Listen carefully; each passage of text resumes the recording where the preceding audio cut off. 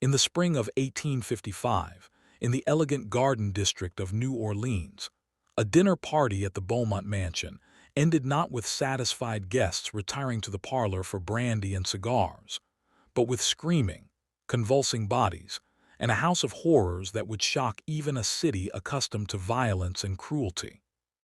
By the time the sun rose the next morning, 7 people were dead, 12 more were desperately ill, and the woman responsible, an enslaved cook named Violet, had disappeared into the chaotic streets of New Orleans, never to be conclusively identified or captured. This is the story of Violet's vengeance, a tale of systematic poisoning, of rage born from unbearable suffering, and of how one woman's act of desperate retaliation exposed the brutal reality of slavery in one of America's most cosmopolitan cities. To understand Violet's story and the events of that terrible night in 1855, we must first understand the world of antebellum New Orleans and the particular brutality of urban slavery in the South's most diverse and complex city. New Orleans in the 1850s was unlike any other Southern city. It was a major port, a center of commerce and culture, a place where French, Spanish, African, Caribbean, and Anglo-American influences mixed to create a unique society with its own rules, customs, and hierarchies. The city's population in 1855 was approximately 150,000 people, making it one of the largest cities in the United States.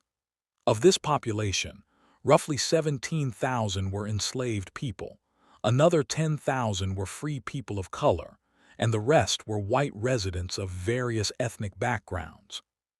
This racial and cultural complexity created a society that was simultaneously more cosmopolitan than other Southern cities, and in some ways, even more cruel in its exploitation of enslaved people.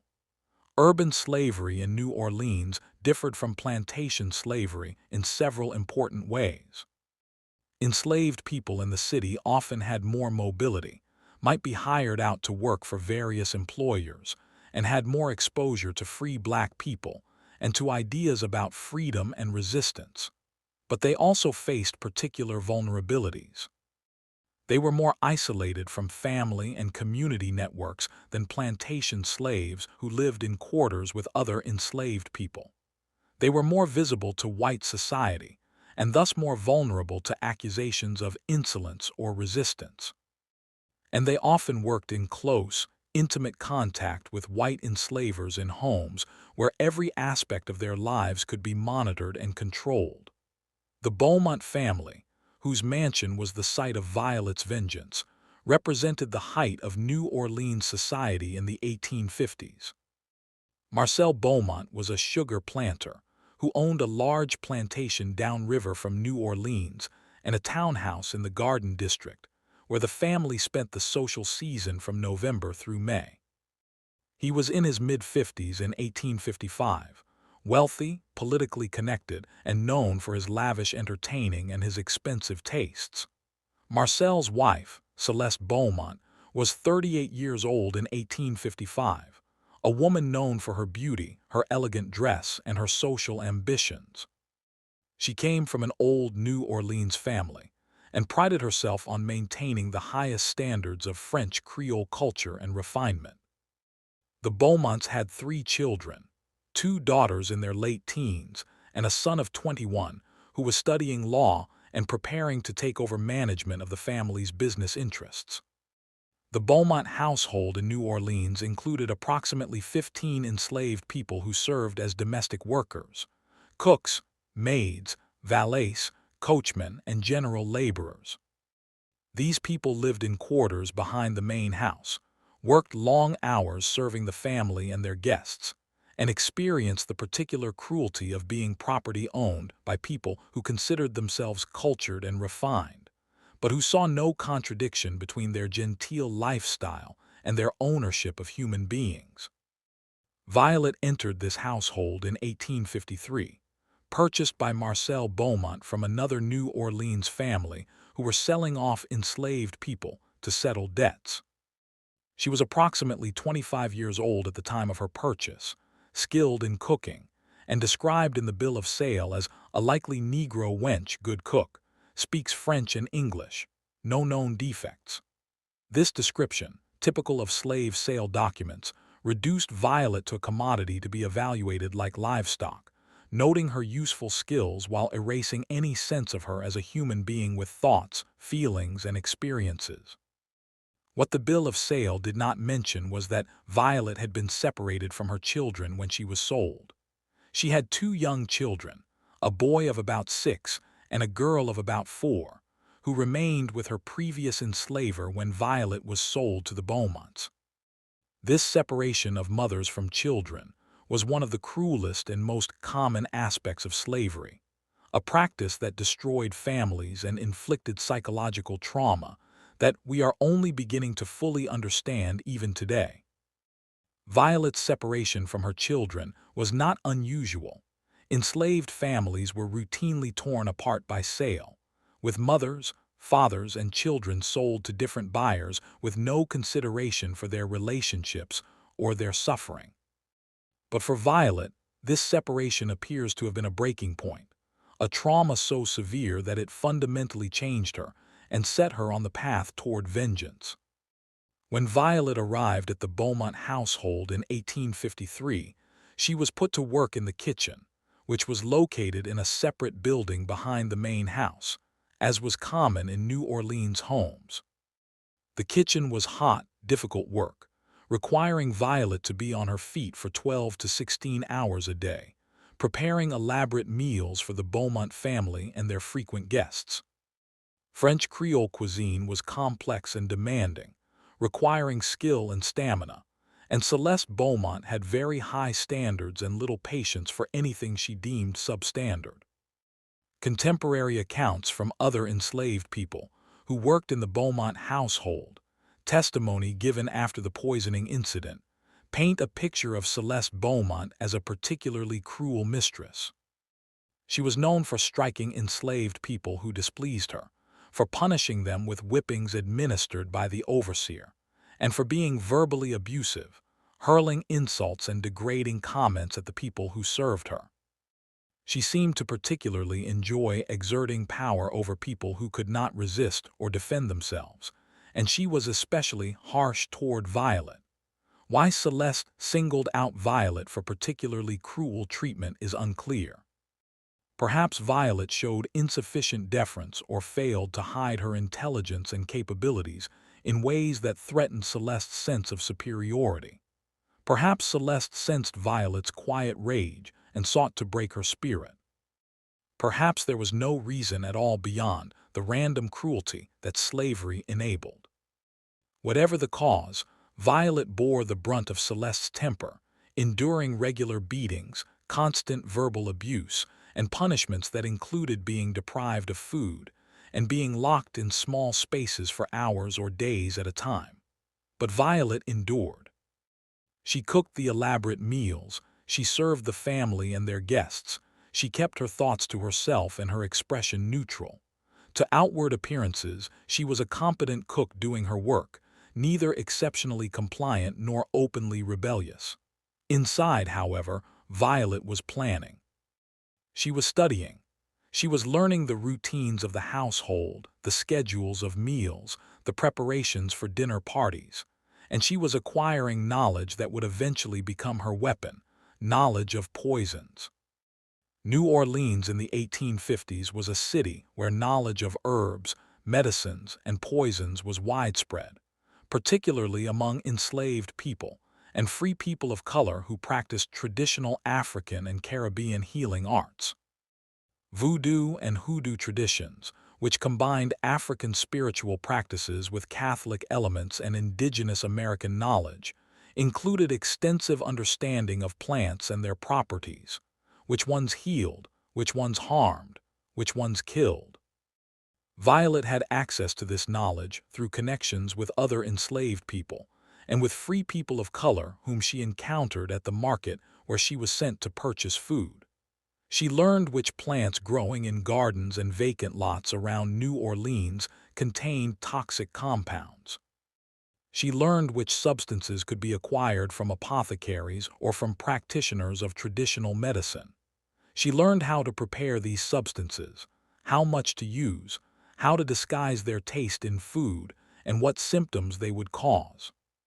The poison Violet ultimately chose appears to have been oleander, a common ornamental plant in New Orleans that is highly toxic in all its parts.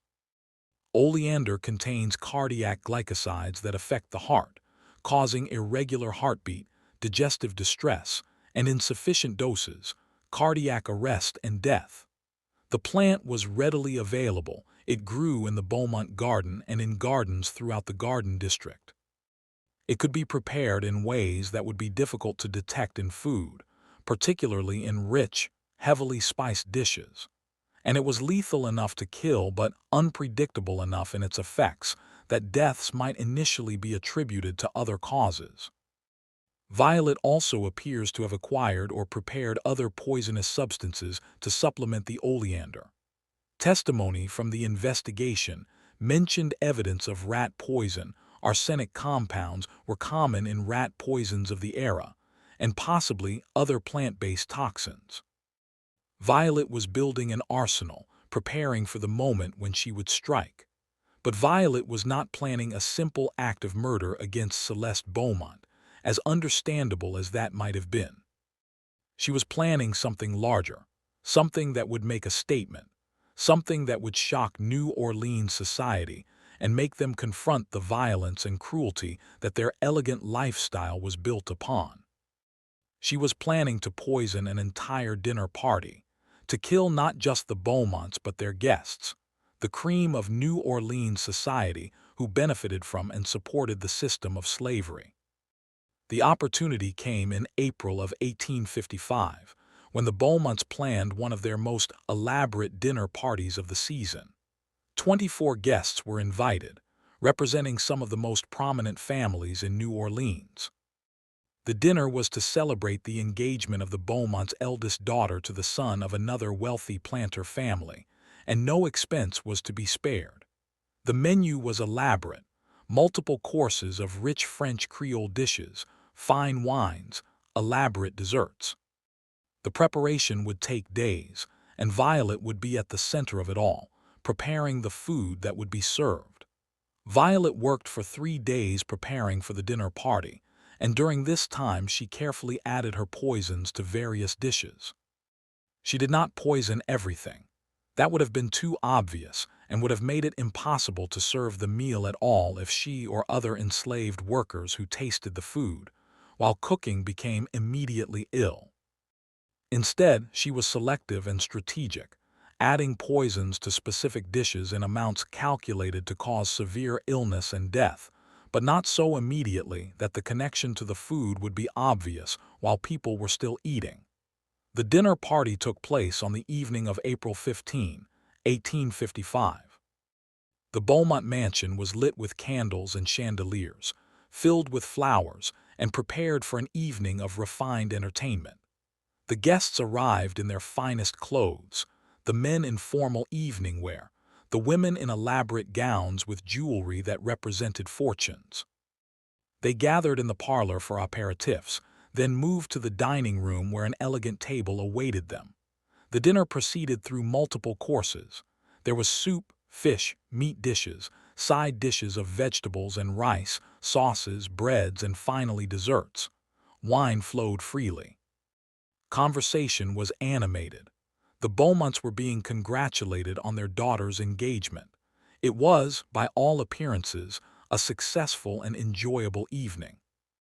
Violet and the other enslaved workers served the meals, moving quietly around the table, filling glasses and plates, clearing away finished courses and bringing new ones. Violet kept her expression neutral, her movements efficient. She gave no sign of what she had done, what was about to happen. She simply did her work, served the food she had prepared, and waited. The first signs that something was wrong came about halfway through the dinner. One of the guests, a woman in her 40s, suddenly stood up from the table looking pale and said she felt dizzy and nauseous. Her husband helped her to a settee in the parlor, and everyone assumed she was simply suffering from the heat or perhaps had eaten too quickly. But within minutes, others began to show similar symptoms. People began to feel their hearts racing, their vision blurring, their stomachs cramping violently. Within an hour of the first symptoms appearing, the elegant dinner party had become a scene of horror and chaos. People were vomiting uncontrollably. Some were experiencing convulsions. Several collapsed and had to be carried to bedrooms or settees. The symptoms were severe and frightening: racing heartbeats, difficulty breathing, confusion and delirium, violent digestive distress. Doctors were sent for urgently, and as they arrived and began examining the stricken guests, a terrible realization dawned. These people had been poisoned. The Beaumont household erupted into pandemonium. Some of the enslaved workers were sick as well, having tasted the food while serving or eaten leftovers. The Beaumont family themselves were severely ill. Marcel, Celeste, and two of their children were among the stricken.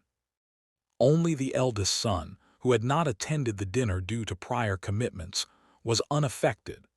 Doctors moved from person to person trying to treat symptoms, inducing vomiting, administering whatever remedies were available in 1855 for poisoning, which were limited and often ineffective.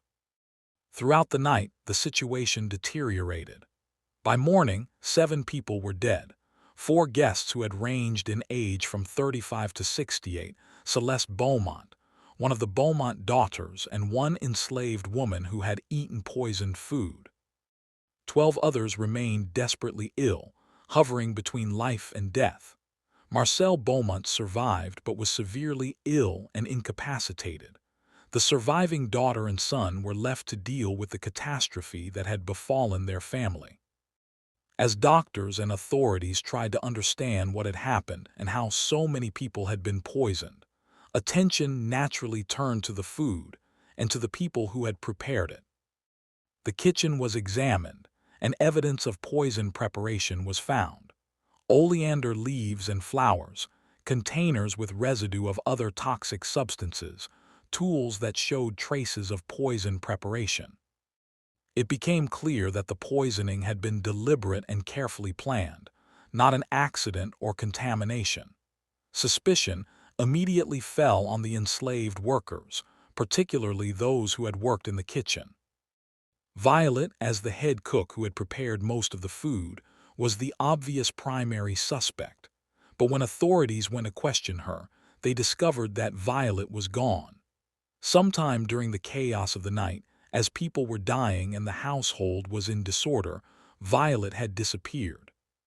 She had walked away from the Beaumont house and vanished into New Orleans, leaving behind no trace of where she had gone or what her plans were. The investigation that followed was extensive and became one of the most publicized criminal cases in New Orleans history. Authorities questioned the surviving enslaved workers from the Beaumont household, searched the house and grounds for evidence, and attempted to trace Violet's movements after she left. What emerged was a picture of a deliberate, carefully planned act of vengeance by a woman who had endured years of abuse and who had finally struck back in a devastating way. The other enslaved workers testified that Violet had been quiet and withdrawn in the weeks before the poisoning, that she had spent time alone in the kitchen, and had been protective of certain ingredients and dishes, not allowing others to help with their preparation. They described Celeste Beaumont's particular cruelty toward Violet, the regular beatings and abuse. They spoke about Violet's children, how she grieved for them, how the separation had broken something in her. Some of the workers admitted that they had suspected Violet was planning something, but they had not known what or when, and they had not reported their suspicions because they sympathized with Violet and because reporting would have put them at risk. This testimony revealed the complex loyalties and difficult moral choices facing enslaved people. The desire to support each other versus the danger of being implicated in resistance, the moral question of whether stopping one person's act of vengeance was worth protecting the system that oppressed them all.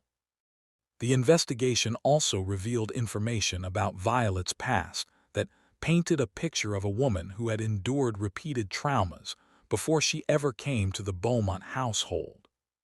She had been born enslaved on a plantation north of New Orleans, had been sold away from her mother as a child, had been purchased as a teenager by a New Orleans family where she had learned cooking skills, had married another enslaved man and had 2 children with him, only to have her husband sold away to a plantation in Mississippi, and then, 2 years later, to be sold herself to the Beaumonts without her children.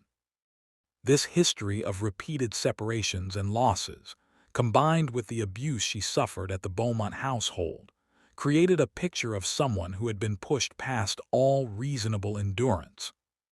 Violet had lost everything that mattered to her: her mother, her husband, her children, her dignity, her hope for anything better. In the context of such complete destruction of her life and humanity, her act of vengeance became, if not justified, at least comprehensible as the desperate act of someone who had nothing left to lose. But comprehending Violet's motivations did not make her any less hunted. The deaths of 7 people, including several prominent members of New Orleans society, demanded justice in the eyes of the law and the white community. A massive manhunt was launched to find Violet. Authorities offered a substantial reward for information leading to her capture. Descriptions of her were circulated throughout the city and region. Slave patrols and police searched the neighborhoods where enslaved and free black people lived, questioned everyone who might have helped Violet, and investigated every possible lead. But Violet was never found. Despite the extensive search, despite the reward, despite questioning hundreds of people, authorities were never able to locate her or determine conclusively what had become of her. This failure to capture Violet became almost as significant as the poisoning itself, creating a legend that would persist for generations. Several theories emerged about what happened to Violet after she left the Beaumont house. The most optimistic theory, and the one that captured the imagination of enslaved people and abolitionists, was that Violet had successfully escaped to freedom, perhaps aided by the Underground Railroad network that had connections in New Orleans. According to this theory, sympathetic free black people or white abolitionists had hidden Violet, provided her with false papers or disguise, and helped her reach the North or Canada where she could live in freedom. This theory had some plausibility. New Orleans had a significant free black population, some of whom were involved in resistance activities and might have helped an escaping enslaved person. The city was also a major port, and it would have been possible for someone to stow away on a ship headed north or to the Caribbean. The Underground Railroad did operate in Louisiana, though less extensively than in border states. If Violet had been able to connect with this network, and if she had the courage and resourcefulness to make the dangerous journey, she might indeed have reached freedom. A second theory, less hopeful, was that Violet had died during her escape attempt, either from exposure, from violence, or from suicide when she realized she could not escape capture. This theory suggested that Violet's body might be lying undiscovered somewhere in the swamps around New Orleans or in the Mississippi River, that she had fled into the wilderness and died there, taking the secret of her final fate with her. A third theory, darker still, was that Violet had been captured and killed by slave patrollers or by people seeking the reward, but that this had been covered up for various reasons. Perhaps those who caught her had administered their own summary justice, killing her without trial. Perhaps she had been killed accidentally during capture and those responsible feared legal consequences. Perhaps she had been sold secretly to someone who wanted a skilled cook and was willing to overlook her history in exchange for her abilities. A fourth theory, which emerged decades later and has never been proven, was that Violet had disguised herself as a free person of color and had remained in New Orleans or nearby, living under a false identity, perhaps even continuing to work as a cook under a different name. This theory suggested that Violet had been bold enough to hide in plain sight, relying on the racist assumptions of white people who would not look too carefully at black people they encountered, and who would not imagine that a wanted fugitive would stay so close to the scene of her crime. Which of these theories, if any, is correct may never be known. What is certain is that Violet successfully escaped immediate capture, and that authorities never definitively proved what became of her. For enslaved people throughout the South, Violet's disappearance became a symbol of successful resistance, a story of someone who had struck back against her oppressors and escaped to tell the tale. Whether or not this was what actually happened, the legend served an important purpose, providing hope and inspiration to people trapped in an oppressive system. The aftermath of the poisoning extended far beyond the manhunt for Violet. The Beaumont family was shattered by the deaths of Celeste and their daughter, and by the scandal that surrounded the case. Marcel Beaumont, though he survived the poisoning physically, never fully recovered psychologically. He withdrew from society, sold the New Orleans townhouse, and retreated to his plantation where he lived in relative isolation until his death in 1862. His surviving children inherited his wealth but found their social standing compromised by the association with such a notorious case. The other families who had lost members to the poisoning were devastated as well. Funerals were held, estates were settled, and the social life of New Orleans carried on, but the poisoning cast a long shadow. For a time, there was fear among wealthy families that other enslaved cooks might attempt similar acts of vengeance. Some families temporarily replaced enslaved cooks with white or free black employees. Others increased surveillance and control over their enslaved workers, which only increased the brutality and tension in these households. But perhaps the most significant impact of Violet's vengeance was on the public discourse about slavery, at least outside the South. Abolitionist newspapers seized on the story as evidence of slavery's inherent violence and instability.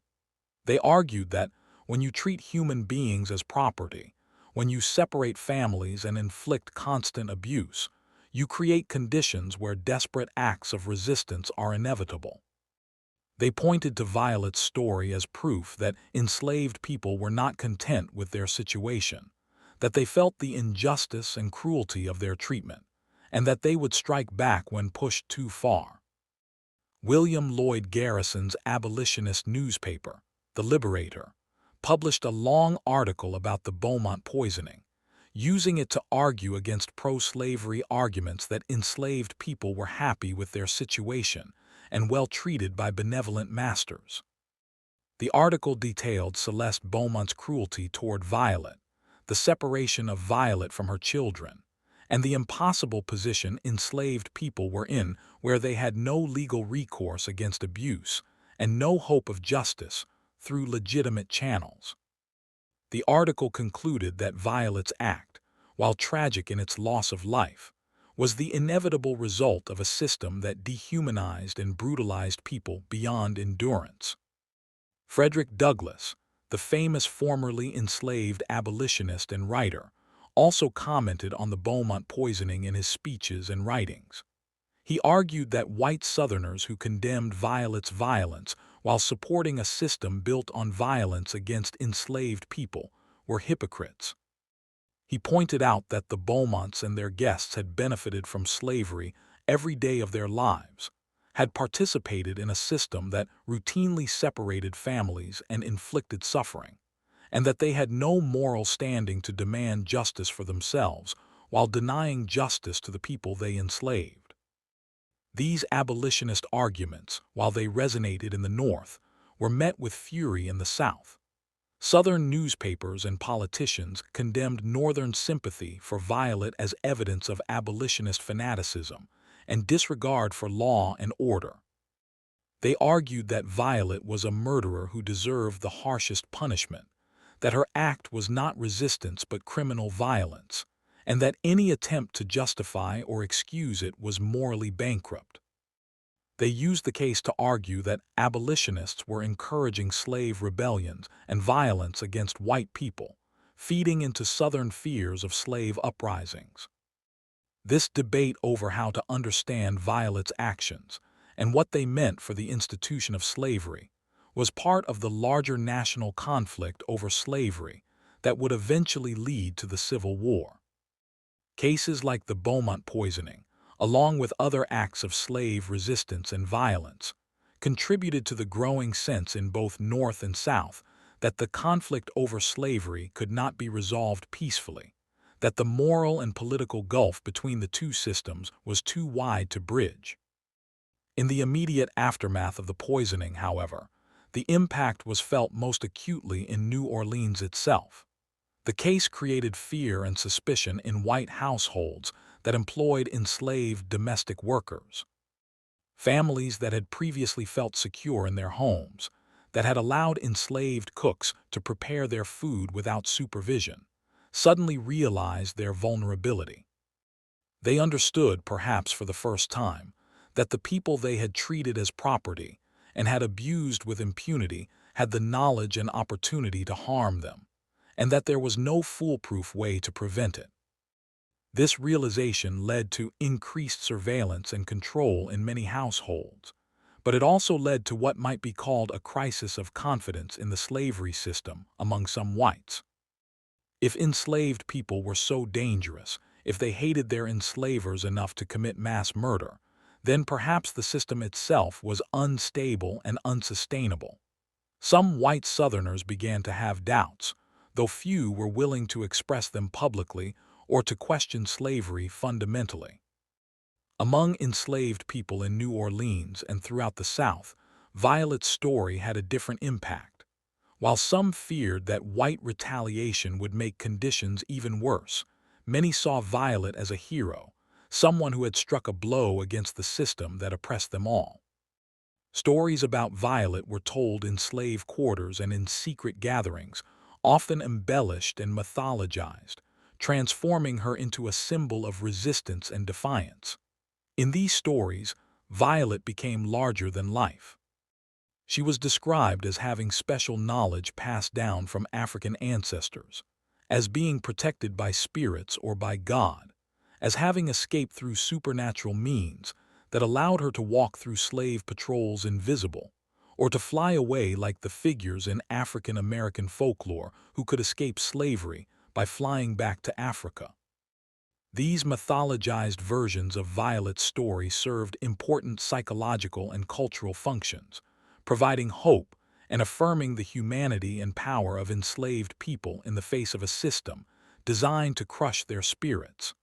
The Beaumont poisoning also had legal ramifications. The case raised questions about how to prevent similar incidents and how to investigate and prosecute cases involving enslaved defendants. Louisiana passed laws tightening restrictions on enslaved people's access to potentially dangerous substances and increasing penalties for poisoning. Some jurisdictions implemented requirements that enslaved cooks work under closer white supervision, though this was often impractical and was resisted by many slaveholders who didn't want to spend time in the kitchen themselves. The case also contributed to discussions about the legal status of enslaved people and whether they should be held fully accountable under criminal law for their actions. Some argued that enslaved people, being property rather than full legal persons, should not be subject to the same criminal justice system as free people. Others argued that allowing enslaved people to escape full legal accountability for serious crimes would undermine social order and safety. These debates revealed the fundamental contradictions in the slave system. Enslaved people were simultaneously human beings capable of moral choice and property without full legal personhood, and this contradiction created endless legal and ethical complications.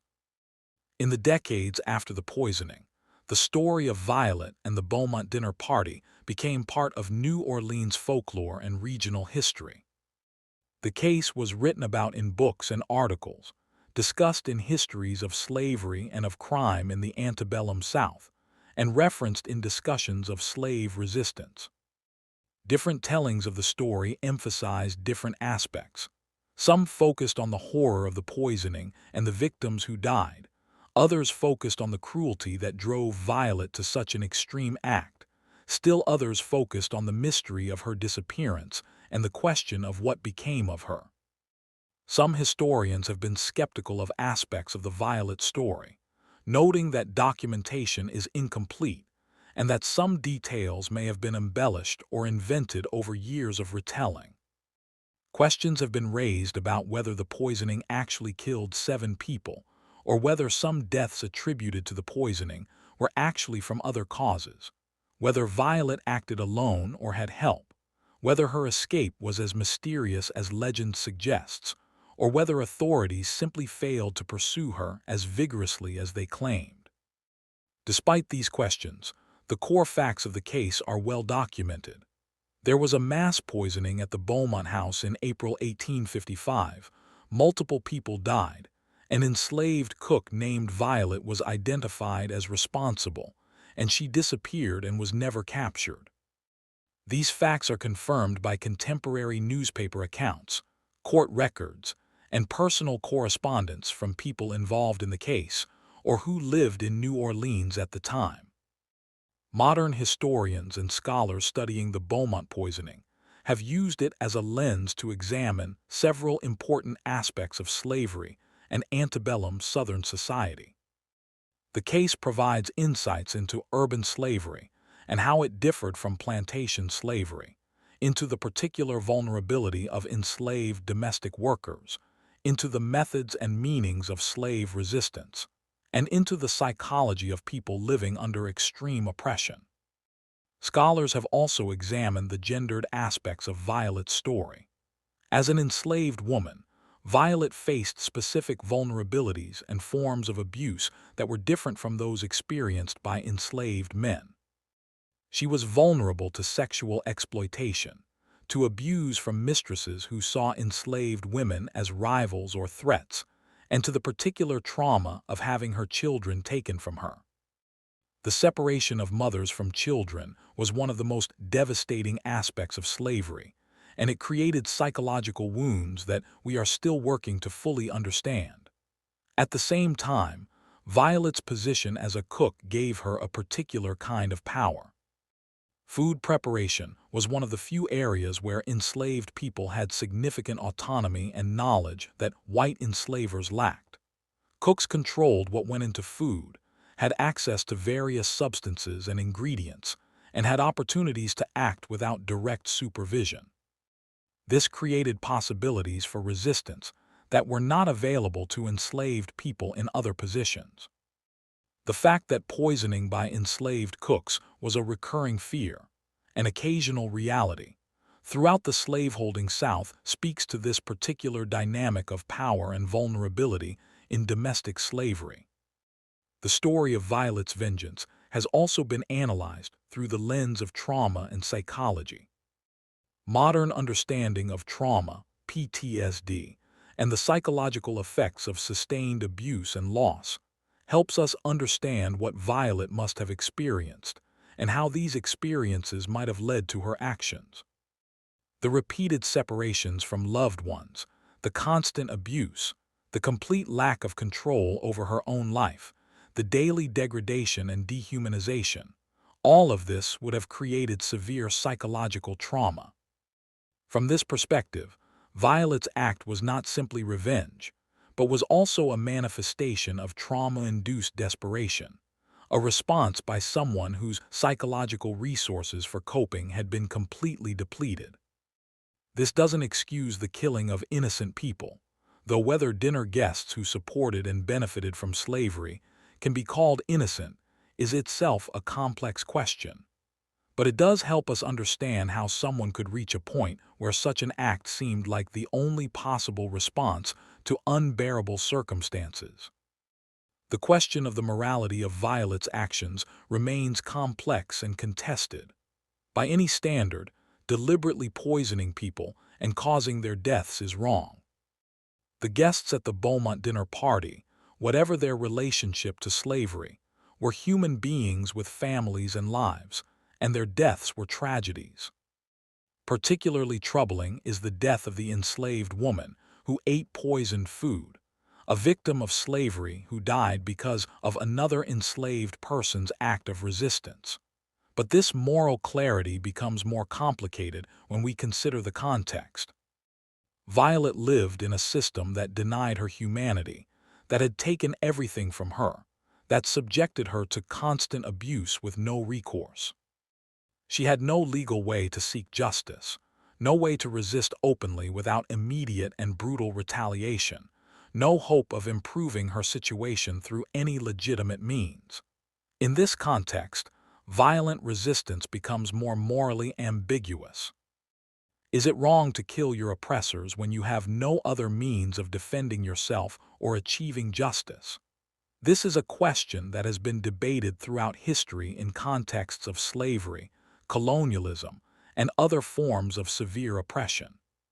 Some argue that violence is never justified, that there are always alternatives, that Violet should have continued to endure or should have attempted to escape without harming others. Others argue that when people are pushed to such extremes, when they are given no alternative but submission to abuse or violent resistance, they cannot be judged by the same moral standards as people making choices in normal circumstances. The question becomes even more complex when we consider whether the people at the Beaumont dinner party were truly innocent. They were all slaveholders or members of slaveholding families. They all benefited economically and socially from slavery. They all participated in and supported a system that routinely inflicted suffering and death on enslaved people. Does this make them legitimate targets of resistance? Or are they still entitled to moral consideration as individual human beings separate from the system they participated in? These questions have no easy answers, and different people examining Violet's story will reach different conclusions based on their moral frameworks and their perspectives on resistance to oppression. What can be said is that Violet's vengeance was a direct result of the violence and cruelty of slavery, that it would not have happened if the Beaumonts and others had treated enslaved people with basic humanity, and that the system that created such desperate circumstances bears ultimate responsibility for what occurred. The Civil War, which began just 6 years after the Beaumont poisoning, would bring an end to slavery in the United States and would create new possibilities for formerly enslaved people to tell their stories and to seek justice for the abuses they had endured. But for Violet, if she survived to see emancipation, the war came too late to restore what she had lost. Her children, her husband, the years of her life spent in bondage, the psychological wounds that would never fully heal. In the post-war period, there were occasional reports of women claiming to be Violet or to know what had happened to her, though none of these claims were ever verified. Some historians believe that Violet died during her escape attempt or shortly after, that she never made it to freedom. Others hold out hope that she survived, perhaps making it to the North or to Canada, perhaps even reuniting with her children after emancipation, though no documentary evidence supports this hopeful scenario. What we do know is that Violet's story did not end with her disappearance in 1855. Her legend lived on in African-American communities, passed down through oral tradition, remembered and retold as an example of resistance against oppression. In the 20th century, as Black writers and scholars began to recover and document the hidden histories of slavery and resistance, Violet's story was researched and written about, ensuring that she would not be forgotten. Violet has been the subject of scholarly articles, book chapters, and even novels that imagine her life and motivations. She has been invoked in discussions of slave resistance, in feminist analyses of Black women's history, and in examinations of the psychology of survival under extreme oppression. Her story has been used to educate people about the realities of slavery, to complicate simplistic narratives about enslaved people as passive victims, and to honor the countless enslaved people who resisted in ways large and small. In New Orleans today, the site of the former Beaumont mansion is marked with a historical plaque that briefly tells the story of the 1855 poisoning. The wording of the plaque has been revised several times over the years, reflecting changing perspectives on how to memorialize such a complex and troubling event. The current version acknowledges both the deaths that occurred and the context of slavery and abuse that led to Violet's actions, trying to present a balanced account that honors all the victims while understanding the historical circumstances. The legacy of Violet's vengeance extends beyond New Orleans and beyond the specific circumstances of the Beaumont case. Her story is part of a larger history of resistance to slavery that includes rebellions, escape attempts, work slowdowns, cultural resistance, and countless other acts of defiance, large and small. Enslaved people were not passive victims, but active agents who constantly sought ways to resist, survive, and maintain their humanity in the face of a system designed to destroy it. Violet's choice of poison as her method of resistance was particularly significant because it represented a form of power that enslaved people could exercise through knowledge rather than physical force. Enslaved women, who were generally smaller and physically weaker than their enslavers, and who faced particular vulnerabilities, found in poison a weapon that could level the playing field. Knowledge of herbs and their properties, passed down through African and Caribbean traditions, became a form of resistance that white enslavers feared but could not completely prevent. The fear of poisoning by enslaved people was pervasive in slave-holding societies throughout the Americas. White enslavers lived with the knowledge that the people who prepared their food had both the motive and potentially the means to harm them. This created a paranoid atmosphere where enslaved cooks were often suspected of poisoning, even when deaths or illnesses had natural causes. While actual poisonings by enslaved people were relatively rare, the fear of such acts was constant and revealed the underlying instability and violence of the slave system. For enslaved people, the knowledge that poisoning was possible, even if they never acted on it, provided a small measure of psychological power. They knew that enslavers feared them, that despite all the structures of domination and control, there were still ways to fight back. This knowledge helped some enslaved people maintain their sense of self and their resistance to complete dehumanization. Violet's story also speaks to the question of historical memory and whose stories get preserved and told. For many years, the history of slavery was told primarily from the perspective of white enslavers, with enslaved people appearing only as background characters without agency or complex inner lives. Stories of resistance were often suppressed or minimized, and acts like Violet's poisoning of the Beaumonts were presented as simple criminality without context or explanation. The recovery and retelling of stories like Violet's represents an important correction to this distorted historical record. By centering the experiences and perspectives of enslaved people, by trying to understand their motivations and choices, by acknowledging their resistance and agency, we create a more complete and honest history. This doesn't mean excusing or glorifying violence, but it does mean understanding it in context and recognizing that enslaved people were human beings making impossible choices under unbearable circumstances. The question of what happened to Violet after she disappeared from the Beaumont house in 1855 may never be answered definitively, but in some ways, the mystery is less important than what Violet represents.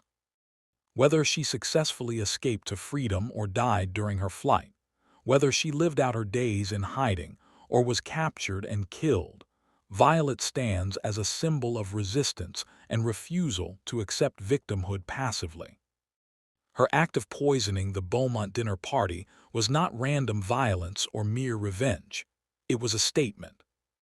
It said that enslaved people felt the injustice and cruelty of their treatment, that they had breaking points beyond which they would not be pushed, that they were capable of striking back even at great risk to themselves. It said that the comfortable lives of slave-holding families were built on a foundation of violence and oppression that could not be sustained indefinitely without consequences. In the spring of 1855, 7 people died from Violet's poison, and 12 more nearly died. These deaths were tragedies, and the suffering of the victims and their families was real and deserving of acknowledgement. But these deaths were also consequences of slavery's violence, the inevitable result of a system that brutalized people and then acted surprised when those people fought back. The true responsibility for those deaths lies not just with Violet, but with the society that created the circumstances that led to her desperate act. As we remember Violet more than 160 years after her vengeance and her disappearance, we must hold these complex truths together: that she was both a perpetrator of violence and a victim of it, that her actions were both wrong and comprehensible, that her story is both a cautionary tale and an inspiration. We must remember her as a fully human person with agency and choices, not as either a monster or a saint, but as someone who did what she felt she had to do under impossible circumstances. The kitchen where Violet prepared her poisoned feast is long gone. The Beaumont mansion was demolished decades ago. The people who ate at that fatal dinner party are dust. But the story lives on, a reminder of slavery's violence, of the resistance it provoked, and of the countless enslaved people who, like Violet, found ways to fight back against their oppressors. Their stories deserve to be told, to be remembered, and to inform our understanding of American history and the long shadow that slavery continues to cast. Violet's vengeance was one act by one person in one city on one terrible night. But it represents something much larger: the indomitable human spirit that refuses to be completely broken, the rage that builds under systematic oppression, the moment when someone decides that enough is enough and that they will resist regardless of the cost. May we remember Violet and the countless others like her. May we learn from their stories, and may we work to create a world where no one is pushed to such desperate